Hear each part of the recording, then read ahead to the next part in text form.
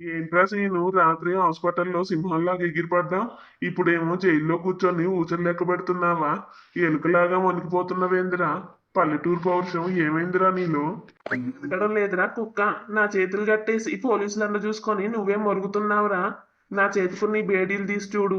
అప్పుడు తెలుస్తుంది ఎవరు సత్తా ఏంటో. నిన్నిక్కడే పాతేస్తానురా నేను. నోరు ముయ్యిరా వెధవ. స్టేషన్లో ఉండి నా ముందే బెదిరిస్తావా? నా దగ్గర నీ మీద అటెంప్ట్ మర్డర్ కేసు ఫైల్ అయిందిరా. 10 ఏళ్ళు జైల్లోనే మగ్గిపోతావు. కోప్పడకండి ఇన్స్పెక్టర్ గారు, వాడు చిన్నపిల్లాడు. వాడికి ఒక ఆఫర్ ఇద్దాం. రే సీను, ఆ 10 ఎకరాల భూమి పత్రాలు నా చేతిలో పెట్టి మీ అన్నయ్య రాము మళ్ళీ నాకు జీవితాంతం బానిసగా సంతకం పెడితే నేను కేసు వెనక్కి తీసుకుంటాను రా. ఏమంటావు? నా ప్రాణం పోయినా సరే నాన్న రక్తం చిందించుకున్న ఆస్తిని నీ చేతికి రానివ్వనురా. నా అన్నయ్య నీకు బానిసవ్వడు. నేను ఈ జైల్లో చచ్చిపోతాను గాని నీకు తలవంచను రా. సరేరా, నువ్వు ఇక్కడే ఉండు. నేను వెళ్ళి మీ అమ్మ సీతమ్మతో ఆ కాగితాలు ఎలా రాయించుకోవాలో నాకు తెలుసు. మీ నాన్న ఆసుపత్రి బిల్లులు కట్టలేక మీ అమ్మ రోడ్డు మీద పడి అడక తింటుందిరా చూడు. ఒరే, మా అమ్మ జోలికి వెళ్ళావంటే నిన్ను ఇక్కడే చంపేస్తాను రా. రే ఆగరా, ఆగు. లక్ష్మి లోపల చూస్తే ప్రాణాలతో పోరాడుతున్న మీ మామయ్య గారు, బయట చూస్తే జైలు పాలైన నా చిన్న కొడుకు. ఈ తల్లి గుండె ఇంకెన్ని కష్టాలు చూడాలి తల్లి. నా కడుపు కాలిపోతుంది. ఏడవకమ్మా, నువ్వు ఇలా ఏడుస్తుంటే నాన్నగారికి అనుమానం వస్తుంది. డాక్టర్ గారు చెప్పారు కదా, నాన్నగారికి ఏ చిన్న షాక్ తగిలినా ప్రాణాలు పోతాయని. ఆయనకి సీను అన్నయ్య జైలుకి వెళ్ళిన విషయం అస్సలు తెలియకూడదమ్మా. నాకు తెలిసే లోపలికి వెళ్ళి మీ నాన్నగారి ముందు నవ్వుతూ అబద్ధాలు చెప్తాను. కానీ నా కొడుకు ఆ పోలీస్ స్టేషన్లో ఎన్ని దెబ్బలు తింటున్నాడో, రాత్రి అన్నం తిన్నాడో లేదో, ఇవన్నీ తలుచుకుంటుంటే నా ప్రాణం తల్లడిల్లిపోతుంది. ధైర్యం తెచ్చుకోండి అత్తయ్య. సీను ఏం ఒంటరిగా లేడు. పొద్దున్నే మీ పెద్ద కొడుకు ఆ దెబ్బలతోనే పోలీస్ స్టేషన్కి వెళ్ళారు.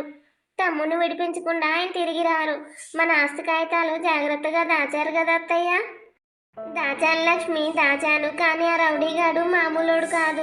ఆస్తులు రాసివ్వకపోతే సీనిగారిని జీవితాంతం జైల్లో ఉంచుతాను అంటున్నాడే. నా కొడుకు జైల్లో మగ్గిపోవడం నేను చూడలేను లక్ష్మి. మనం ఆస్తి ఇవ్వం అలా అని సీను జైల్లో ఉండడు అత్తయ్య. తప్పు చేయనివన్నీ ఆ దేవుడు కూడా శిక్షించలేడు. మీరు మామయ్య గారి దగ్గరే ఉండి ఆయనకు అనుమానం రాకుండా చూసుకోండి. లక్ష్మి, రాము ఏం చేయలేడు. పైగా వాడే బానిస కాబట్టి వాడి మీద కూడా కేసులు ఇంకా పెడతారు. నేనే వెళ్తాను. ఆ పోలీస్ స్టేషన్కి వెళ్ళి ఆ రౌడీ గాడి కాలు పట్టుకుంటాను. నా కొడుకుని వదిలేయమని బతిలాడుకుంటాను. నేను నన్ను క్షమించరా తమ్ముడు. నా ప్రాణం కాపాడబోయి నువ్వు జైలు పాలయ్యావరా. ఒక అన్నయ్యగా నిన్ను బ్రతికుండి కూడా నిన్ను కాపాడుకోలేకపోతున్నాను రా. బలు గడుస్తున్నావురా రాము. నీ తమ్ముడి మీద నీకు అంత ప్రేమ ఉంటే వెంటనే ఆ బాండ్ పేపర్ మీద సంతకం పెట్టు. నువ్వు నాకు బానిసగా వస్తేనే వీడు బయటకు వస్తాడు. బాస్, మీరు ఎక్కడ సంతకం పెట్టమంటే అక్కడ పెడతాను. నా తమ్ముడిని వదిలేయండి. వాడు చిన్న పిల్లగాడు బాస్. నా జీవితం మీకే రాసిచ్చేస్తాను. ఒరే అన్నయ్య, నువ్వు వాడికి బానిసగా సంతకం పెడితే నా మీద ఒట్టే, మన నాన్నగారి మీద ఒట్టేరా. నువ్వు ఆ సంతకం పెట్టిన మరుక్షణం ఈ జైలు గోడలకే నేను తల బాదుకొని నా ప్రాణం తీసుకుంటాను రా. మరి ఈ కేసు నుంచి నేను ఎలా బయటకు తీసుకురావాలో నాకు తెలియట్లేదురా. నువ్వు జైల్లో ఉన్నావన్న విషయం నాన్నగారికి తెలిస్తే ఆయన గుండె ఆగిపోతుందిరా. సీను, నీ అన్నయ్యకున్న బుద్ధి నీకు లేదురా. ఆస్తి స్వేచ్ఛ రెండు పోయినా పర్లేదు కానీ ప్రాణాలు దక్కాలి. ఇప్పుడు చూడు మీ ఇద్దరిని నేను ఎలా ఆడుకుంటాను. రాము ఎక్కడున్నాడ్రా నా సీనుగాడు? వాడిని ఎందుకు జైల్లో పెట్టారా? వాడే తప్పు చేయలేదు బాబు. రండి సీతమ్మ గారు, రండి. ఆసుపత్రిలో మొగుడు చావు బతుకుల్లో ఉంటే ఇక్కడికి వచ్చారేంటి? నేను అడిగిన 10 ఎకరాల భూమి పత్రాలు తెచ్చారా లేదా? అమ్మా, నువ్వెందుకు వచ్చావమ్మా? నేను అన్నీ చూసుకుంటానన్నాను కదా. నువ్వు ముందు ఆసుపత్రికి వెళ్ళు. బాబు, నీ కాళ్ళు మొక్కుతాను బాబు. నా భర్త ప్రాణాలు పోయేలా ఉన్నాయి. ఇప్పుడు నా చిన్న కొడుకు జైల్లో ఉంటే నా కుటుంబం ఏమైపోవాలి బాబు? దయచేసి వాడి మీద పెట్టిన కేసు వెనక్కి తీసుకోండి బాబు.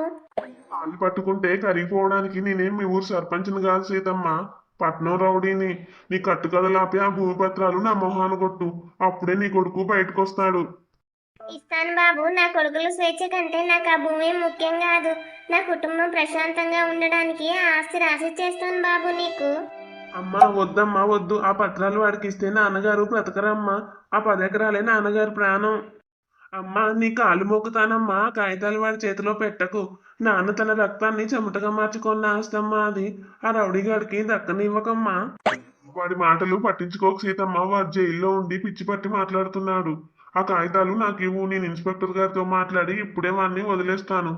ఆలోచించమ్మా, ఈ కాగితాలు వాడికి ఇస్తే ఆస్తి పోతుంది. ఆస్తి పోయిందని తెలిస్తే ఐసీలో ఉన్న నాన్నగారు ప్రాణం కూడా పోతుందమ్మా. నేను ఆ ఏజెంట్ గారి కాళ్ళు పట్టుకొని బానిసగా వెళ్తానమ్మా. కానీ ఈ ఆస్తి మాత్రం ఇవ్వకమ్మా. నన్ను ఏం చేయమంటారా? ఇద్దరు నాకన్న కొడుకులే. ఒకడు బానిస అవ్వడం చూడలేను, ఇంకొకడు జైలు పాలవ్వడం తట్టుకోలేను.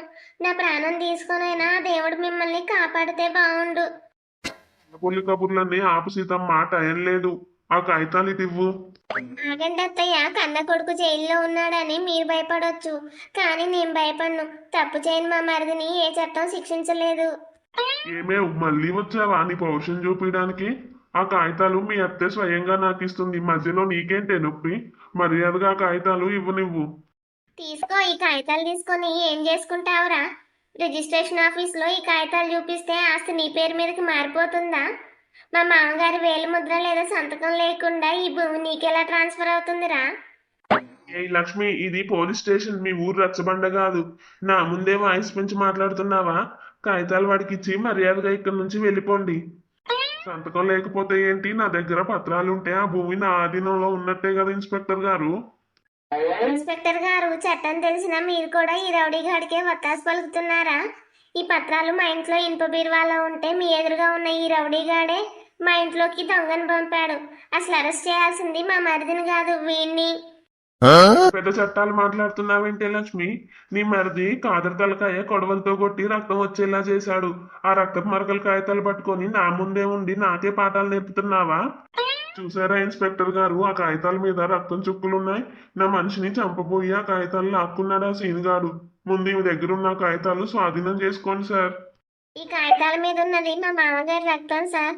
మా ఇంట్లో దొంగతనం చేయడానికి వీడి మనిషి దూరితే నా మరిది తండ్రి ఆస్తి కాపాడుకోవడానికి ఎదురు తిరిగాడు.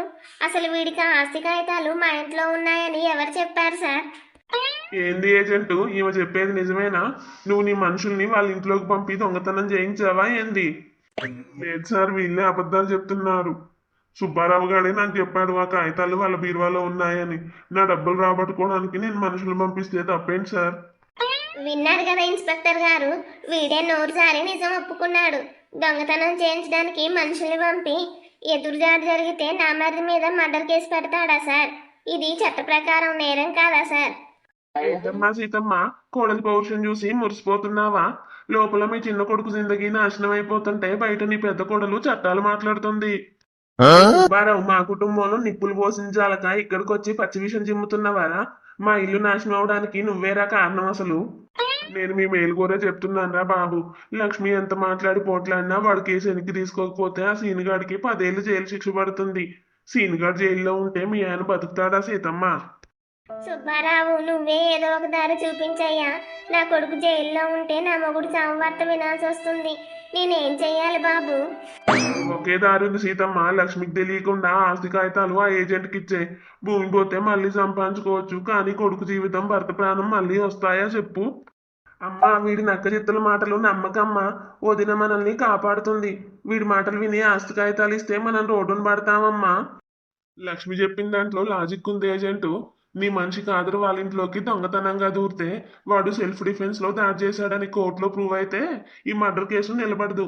రివర్స్ లో నీకే ప్రాబ్లం అవుతుంది. అంటే ఏంటి ఇన్స్పెక్టర్ గారు? నా మనిషి తల పగిలి రక్తం గారితే ఈ పల్లెటూరు వెధవని ఊరికే వదిలేస్తారా? నా పగ తీరాల్సిందే. వీళ్ళ 10 ఎకరాల భూమి నా చేతికి రావాల్సిందే. నీకు భూమి ఎందుకు వస్తుందిరా కుక్క? మా మామగారి ప్రాణాలు నిలబెట్టడానికి నేను డ్వాక్రా మహిళల దగ్గర అప్పు తెచ్చి ఆసుపత్రిలో బిల్లు కట్టాను. ఆపరేషన్ అయిపోయింది. నీకు మేము 1 రూపాయి కూడా బాకీ లేము. మర్యాదగా ఇక్కడి నుంచి వెళ్ళిపో. లేరా? భలే దానివే లక్ష్మి. నిన్నటి ఆసుపత్రి బిల్లు మాత్రమే కట్టావు, కానీ అంతకంటే ముందు మీ ఆయన ఇటుకల పట్టీల దగ్గర తీసుకున్న అప్పు సంగతి మర్చిపోయావా? వడ్డీల మీద వడ్డీలు వేస్తే అది 7 లక్షలు దాటింది. దేవుడా, ఆ అప్పు తీర్చలేకనే కదా బాస్ నేను మీ దగ్గర బానిసగా పనిచేస్తున్నాను. మళ్ళీ అదే విషయం గురించి భయపడతారేంటి? భయం కాదురా బానిస వెధవ, ఇది నువ్వు సొంతంగా నీ నెత్తురుతో పెట్టిన బానిస బాండు. ఆ 10 ఎకరాల భూమి నాకు ఇవ్వకపోతే ఈ మర్డర్ కేసు ఎలా ఉన్నా నువ్వు మాత్రం నా చెప్పుల కింద జీవితాంతం బానిసగా పడి ఉండాల్సిందే. ఏంటండి, మీరు నిజంగానే బానిసగా సంతకం చేశారా? ఈ విషయం నాకు ఎందుకు చెప్పలేదు? అయ్యో దేవుడా, నా కర్మ కాలిపోను. ఒక పక్క చిన్న కొడుకు మీదేమో మర్డర్ కేసు, ఇంకొక పక్క పెద్ద కొడుకు మెడలో బానిస సంఖ్యలు. నేను ఏ గుడికెళ్ళి తల బాదుకోవాలరా నాయన? నా పిల్లల జీవితాలు ఇలా కళ్ళెదుటే నాశనం అయిపోతుంటే నేను ఎలా బతకాలరా? చూసావా సీతమ్మ, లక్ష్మి నోటి దురుసు పౌరుషం వల్ల నీ ఇద్దరు కొడుకుల జీవితాలు ఎలా నాశనం అయిపోతున్నాయో. ఆ లక్ష్మికి ఆస్తి మీద ఉన్న ప్రేమ నీ కొడుకుల ప్రాణాల మీద లేదు సీతమ్మ. అక్క ఇంకొకసారి మా వదిన గురించి తప్పుగా మాట్లాడితే ఈ జైలు పగలు కొట్టుకొని వచ్చైనా నీ పీక పిసుకుతాన్రా. అమ్మా వాడి మాటలు వినకమ్మా. వదిన మనల్ని కాపాడడానికే పోరాడుతుంది. చూసావా సీతమ్మ, వీడికి ఆ వదినే ఎక్కువైపోయింది.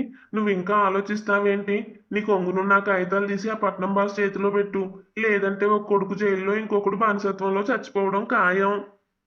క్షమించరా సీను, నాకు ఆ భూమి కంటే నా పిల్లల ప్రాణాలే ముఖ్యం. నేను వెళ్ళి ఆ రౌడీ గారి చేతిలో ఆ కాగితాలు పెట్టేస్తానురా. అప్పుడే మీ ఇద్దరు బతుకుతారు. అమ్మా ఆ ఆస్తి కోసం నేను మర్డర్ కేసు అబాండం మోసి జైల్లో పడ్డానమ్మా. ఇప్పుడు నువ్వు ఆ కాగితాలు వాడికి ఇస్తే నా త్యాగానికి విలువే ఉందమ్మా. నాన్నగారి ప్రాణం ఆ భూమిలోనే ఉంది కదమ్మా. ఏంటండి ఇది? మీరెందుకు నాకు ఇంత ద్రోహం చేశారు? నన్ను పెళ్లి చేసుకొని నా మెడలో తాళి కట్టి మీ బ్రతుక రౌడీ చేతిలో పెట్టారా? కష్టం వస్తే భార్యకు చెప్పుకోవాలి గాని ఇలా నా బతుకు కూడా బజార్న పడేస్తారా? క్షమించు లక్ష్మి, నిన్ను ఏ సుఖం ఇవ్వలేని దౌర్భాగ్యుణ్ణి. ఆ రోజు నాన్నగారికి మందులు కొనడానికి దారి లేక అప్పులు వాళ్ళ ఇంటి మీద పడితే వేరే దారి లేక వాడి కాళ్ళు పట్టుకున్నాను లక్ష్మి. విన్నావా లక్ష్మి, నీ మొగుడు నా బానిస. ఆ భూమి కాగితాలు ఇస్తే వీడిని వదిలేస్తాను. లేదంటే వీడి జీవితాంతం నా బూట్లు తుడుస్తూనే ఉంటాడు. ఇప్పుడేమైందే నీ పౌరుషం? నా భర్త ప్రాణం పోయినా నీకు బానిసవ్వడు. అప్పు తీర్చడానికి బానిసలుగా మార్చుకునే ఇలాంటి కాగితాలు చట్టం ముందు చెల్లవురా. నా భర్త ఆత్మాభిమానాన్ని నీ కాళ్ళ కింద పడనివ్వను. చట్టం ముందు చెల్లుతుందో లేదో కోర్టులో చూసుకుందాం. కానీ ముందు మీ అత్త ఏం చేస్తుందో వెళ్ళి చూడు. నీకన్నా మీ అత్తకి తన కొడుకుల ప్రాణాలంటే చాలా భయం. వదిలి లక్ష్మి, నన్ను ఆపకు. తీసుకో బాబు, ఈ కాగితాలు తీసుకో. ఆ భూమి నీదే. నా చిన్న కొడుకుని కేసు నుంచి తప్పించు బాబు. నా పెద్ద కొడుకు బానిస బండు చించేయి బాబు. దత్తయ్య, కాగితాలు వాడికి ఇస్తే ఐసీలో ఉన్న మామయ్య గారి ప్రాణాలు పోయినట్టే. మీరు ఆ భూమి వాడికి ఇచ్చి మామయ్య గారిని చంపేస్తారా? ఒక్కసారి ఆలోచించండి. ఆపక లక్ష్మి, సీతమ్మ తన కొడుకుల కోసం సరైన నిర్ణయం తీసుకుంటుంది. భూమి పోతే పోయింది, కొడుకులు బ్రతుకుంటే అదే చాలు కదా. నువ్వు మధ్యలో ఇలా ఇరకాటం పెట్టకు. నువ్వు నోర్మూయి సుబ్బారావు. అత్తయ్య, ఆ రౌడీ గడినట్టు మీరు చేస్తే నా భర్త ఉన్న బానిస ముద్ర ఎప్పటికీ చెరగదు. సీను దొంగతనం చేయడానికి వెళ్ళాడనే నేరం ఒప్పుకున్నట్టు అవుతుంది. దయచేసి తప్పు చేయకండి అత్తయ్య. మరి దారేంటి లక్ష్మి? ఒక పక్క ఆసుపత్రిలో నా మొగుడు చావు బతుకుల్లో ఉన్నాడు. ఇంకో పక్క నా పిల్లల బ్రతుకులు వాడి చేతిలో ఉన్నాయి. నేను ఏ దేవునికి మొరపెట్టుకోవాలి తల్లి? వదిలే సీతమ్మ, ఆ పత్రం నాకు ఇచ్చే. నీ కష్టాలన్నీ ఇప్పుడే తీరిపోతాయి. ఆగండి, ఈ కాగితాలు ఈ రౌడీ గారి చేతికి వెళ్ళడానికి వీల్లేదు. ఇన్స్పెక్టర్ గారు, మీరే ఈ కాగితాలు చూడండి. ఇవి మా మామగారు రామయ్య గారి పేరు మీద ఉన్నాయి. రేవు, నీ భర్త తీసుకున్న 7 లక్షల అప్పుకి నేను ఈ భూమిని లాక్కుంటున్నాను. నా అప్పు తీర్చకుండా ఈ కాగితాలు తీసుకొని మీరు ఎక్కడికి పోతారు? విన్నారు కదా సార్, వడ్డీల మీద వడ్డీలు వేసి అప్పు 7 లక్షలు చేశానని, దానికి ప్రతిఫలంగా 10 లక్షల భూమిని లాక్కుంటున్నానని వీడే చెప్తున్నాడు. పైగా దొంగతనం చేయడానికి మనుషుల్ని పంపాడు. సెల్ఫ్ డిఫెన్స్ లో మా మరిది అడ్డుకుంటే అటెంప్ట్ మర్డర్ కేసు ఎలా అవుతుంది సార్? లక్ష్మి అడిగే ప్రశ్నలకి చట్టం దగ్గర సమాధానం ఉంది ఏజెంటు. నువ్వు దౌర్జన్యంగా ఆస్తి లాక్కోవాలని చూసినట్టు కోర్టులో ప్రూవ్ అయిందనుకో, నీకే జైలు శిక్ష పడుతుంది. ఈ కేసు కొంచెం కాంప్లికేట్ అవుతుంది, చూసుకో. లక్ష్మి, మనకి చట్టాలు కోర్టులు ఎందుకు తల్లి? ఆ రౌడీ గారితో పెట్టుకుంటే మనల్ని ప్రాణాలతో వదలడు. నా కొడుకు జీవితం నాశనం అవుతుంది. అత్తయ్య, భయపడే కొద్ది వీళ్ళు మనల్ని భయపెడతారు. ఈ రోజు ఆస్తి ఇస్తే రేపు ఇంకో దానికి బ్లాక్మెయిల్ చేస్తాడు. ఆ రౌడీ గారు అసలు బండారం నేను కోర్టులో బయట పెడతాను. మీరు ధైర్యంగా ఉండండి. స్వాతి, అమ్మే తల్లి, రాము సీను ఏరి? నన్ను ఆసుపత్రికి తీసుకొచ్చారా? నాన్న, నువ్వు కళ్ళు తెరిచావా నాన్న? అందరూ ఇక్కడే ఉన్నారు నాన్న. మందులు తేవడానికి బయటికి వెళ్ళారు. నువ్వు మాట్లాడొద్దు నాన్న, నీకు అసలే ఆపరేషన్ అయింది. నాకు ఆపరేషనా? అంటే 3 లక్షల బిల్లు కట్టారా? అంత డబ్బు ఎక్కడి నుంచి వచ్చింది తల్లి? ఆ రౌడీగాడు నా కొడుకుని వదిలేశాడా? అది వదిన డ్వాక్రా మహిళల దగ్గర అప్పు తెచ్చింది నాన్న. రౌడీ గురించి నువ్వు ఎప్పుడేం ఆలోచించకు.